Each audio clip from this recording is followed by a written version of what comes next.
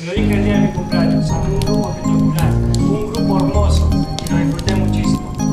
45 días donde no nos quejamos de los viajes, de la comida, de los hoteles, de las canchas, de nada, muchachos. 45 días sin ver a nuestra familia, muchachos. 45 días. El tipo fue papá y no pudo ver a la hija todavía. No la pudo hacer papá. El chino igual. Lo vio un ratito nomás, muchachos, y todo por este momento. Porque teníamos un objetivo, muchachos. Teníamos un objetivo y estamos un pasito a conseguirlo. A un pasito, y saben que lo mejor de todo, que depende de nosotros. Depende de nosotros ganar esta copa.